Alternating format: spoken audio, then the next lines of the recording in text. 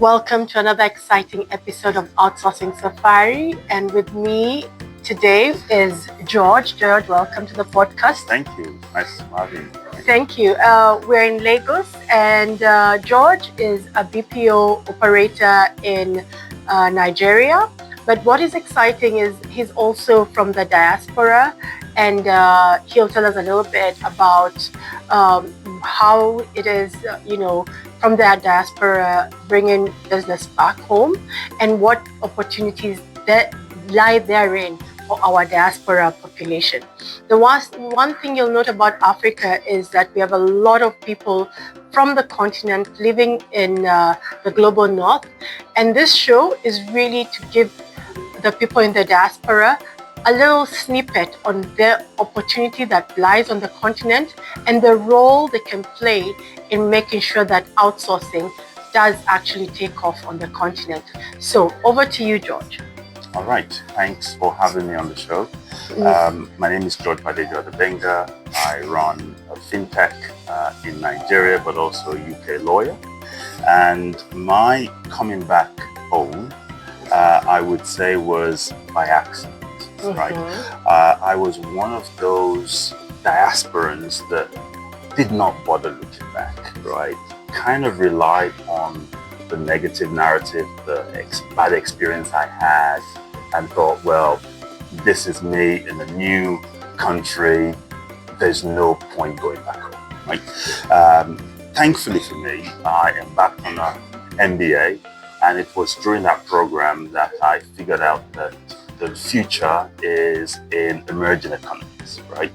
And at this point, we're even talking India. And then on further research, it was very clear to me that I actually come from one, right? And the opportunities are there. And that's when I started looking back. And I think that is one of the biggest challenges. There's a lot of diasporans that are not bothering looking back, right? And I think that's where we need to make a change. We've now set up in Nigeria, we're set up in Kenya, we've been to Ghana yesterday, and it's just amazing. The opportunities we're seeing are not even in existence in the UK where my family lives, right? It's a lot of experience and opportunity back home. Fantastic. And what has been your experience? I mean, you've worked with the people in the UK, and now you're having your first experience or you've had your real first-hand experience working with talent on the continent.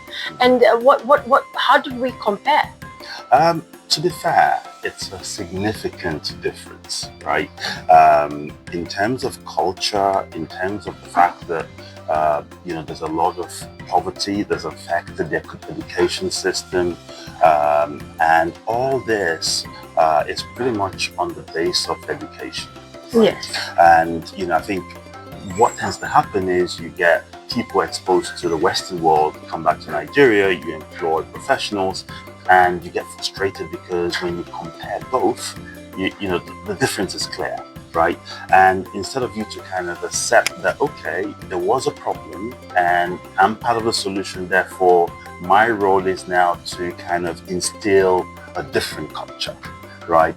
And invest in the education rather than get frustrated and kind of give up. And thankfully, that's what we've done. We've not given up. We've seen a fair share of challenges with people,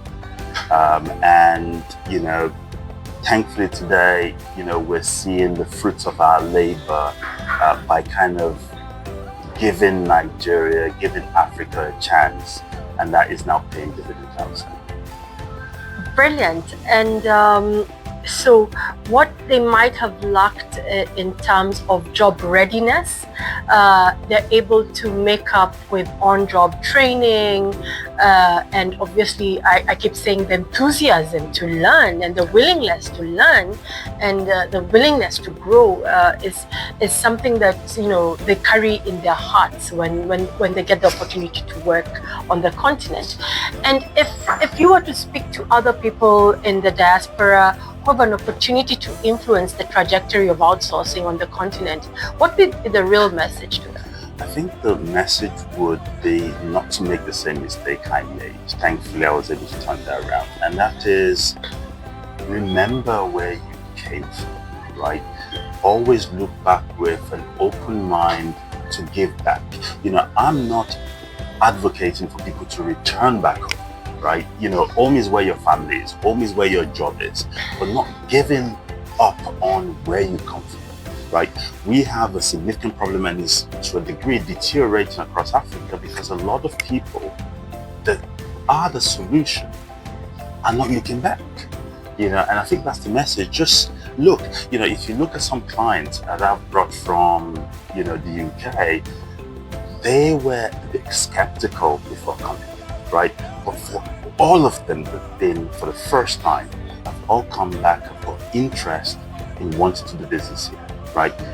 So it's kind of like give people the opportunity to look differently, right? And that is what we need in Africa. And it's true, and there's enough of us out there that if we all drum up business for the continent, we begin to sort the pandemic of unemployment, which is like the numbers are a little bit worrisome at this point.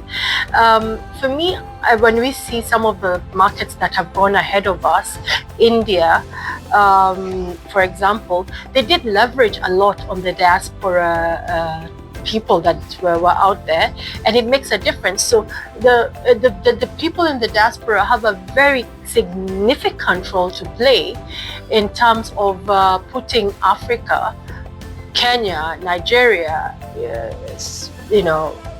Ethiopia back on the outsourcing map. And there's enough talent across all these markets to actually carry out these tasks. So would you do it differently? Would you regret?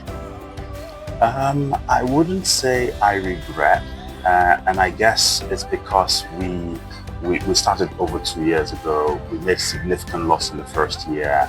At that point, if you'd asked me the same question, I would have said, yeah, I regret, right? But now we've transformed the business. We're profitable. The future is bright. It's never been brighter, right? So I would say no regrets. And you took the words out of my next question. How is the future looking? Very bright, very promising. Today we're across multiple industries.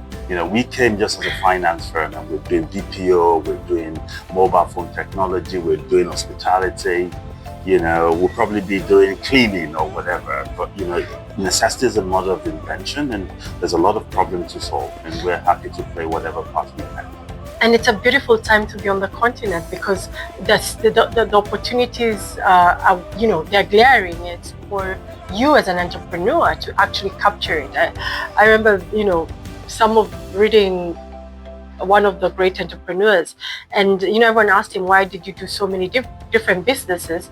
And he said the market was just wide open, and therefore ultimately one thing led to the next and the next, and before you know it, you're in multiple verticals. So thank you so much for speaking to us on Outsourcing Safari, and I wish you all the best and all the success in the upcoming months. And yes, more business, as much more business as you can get from the UK to Nigeria. Every job means a significant difference to the people on the continent. So keep up the good job. Thank you. It's an honor being here. Thank you very much. Thank you very much. Cheers. All right.